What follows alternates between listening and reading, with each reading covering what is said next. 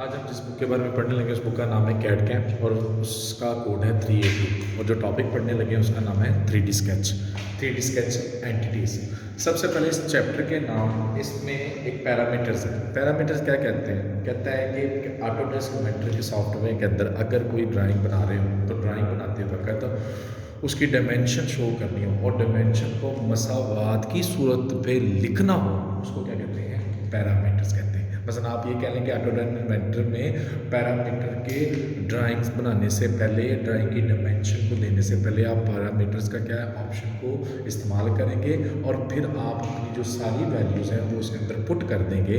वो चीज़ कहलाती है पैरामीटर। पैरामीटर की और डेफिनेशन भी बनती है कि डायमेंशन को एक यूनिक तौर पर लिखने को या डायमेंशंस को, ड्राइंग की डायमेंशन को यूनिक तौर पर लिखने को भी क्या कहते हैं? पैरामीटर कहते हैं। लेकिन पैरामीटर ये है कि डायमेंशंस को मसावात की सूरत में लिखना, वो क्या कहता है? पैरामीटर। और ये पैरामीटर के अंदर, ये पैरामीटर आप कह लें कि हमारे पास ये जो पैरामीटर है ये आप कह लें कि हमारे ऑटोडेस्क इन्वेंटर के अंदर ऑप्शन में मिलेगा और उसमें पहले आपको ड्राइंग बनाने से पहले पैरामीटर को क्या करना पड़ेगा? सेलेक्ट करना पड़ेगा और सेलेक्ट करने के बाद फिर आप जो डायमेंशन है वो इसके ऊपर, इस पैरामीटर के ऊपर आप कह लें इस ऑप्शन के ऊपर आप दर्ज करेंगे और देन आप ड्राइंग बना सकते हैं। उसके बाद एक टॉपिक है, बड़ा छोटा सा है, बड़ा इजी है लेकिन है बहुत ज़्यादा इंपॉर्टेंट। 3D sketching entities. जैसा कि आपने 2D स्केचिंग एंटिटीज़ के बारे में पढ़ा था, इसी तरीके से 3D स्केचिंग एंटिटीज़ हैं। क्योंकि आपको पता है कि ऑटोडेस्क इन्वेंटर जो है वो उसके बेसिक दो चीज़ें हैं, वो है एक 2D और एक 3D। सबसे पहले आ जाती है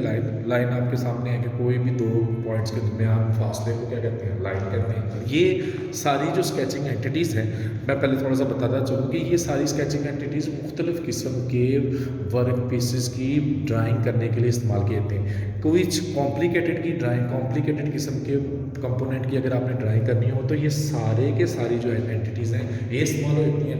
नहीं, अगर कॉम्प्लिकेटेड किस्म का ड्राइंग नहीं है तो उसमें से भी 2-3 इस्तेमाल होती हैं। इसी तरीके से इस लाइन को आप 3D स्केच के अंदर आप क्या करेंगे?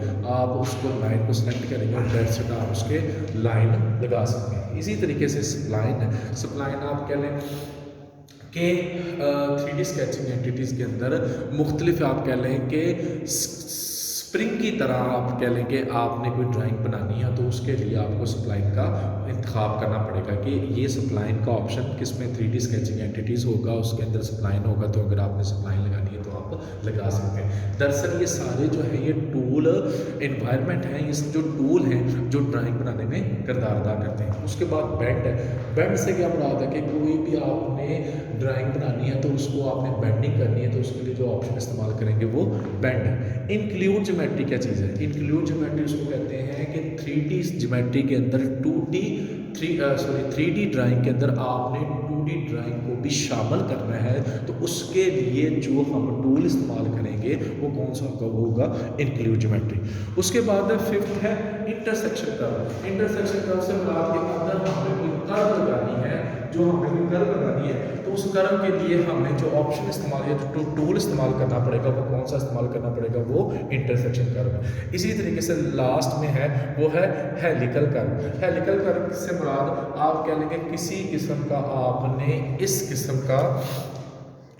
इस किस्म की आपने कोई ड्राइंग या इस किस्म के आपने बनाना है तो उसके लिए आपको जो टूल कर्व इस्तेमाल करनी पड़ेगी वो कौन सी होगी? वो हेलिकल कर्व होगी। कहने का मतलब है, मैं इनको टूल इस वजह से कह रहा हूँ कि ये सारे के सारे जो चीज़ें एंटिटीज़ हैं ये ड्राइंग बनाने के लिए इस्तेमाल होते हैं। ड्राइंग बनाने के लिए जैसा कि हमने 2D के अंदर एंटिटीज़ थी, इसी तरीके से ये भी एंटिटीज़ हैं किसके अंदर? 3D के अंदर। अब आप कह लेंगे ऑटोडेस्क इन्वेंटर के अंदर 3D के अंदर भी हम ड्राइंग बना सकते हैं और उसके बाद 2D के अंदर भी। वो 3D क्या चीज़ है आपको पता है? जिसमें 3D है, जिसमें हाइट भी है, विड्थ भी है और लेंथ भी है।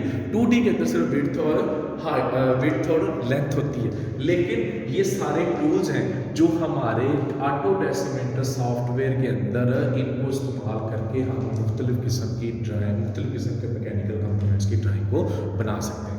ये बिल्कुल छोटा सा टॉपिक था और ये समझो ये जो चैप्टर है, चैप्टर नंबर 4 है, ये टोटली तौर पर कंप्लीट है। वो सिर्फ इसी पर डिपेंड करता है आपके सिलेबस के मुताबिक। एक तो पैरामीटर वाला टॉपिक है और उसके बाद 3D sketching entities. I hope कि आपको समझ लगी।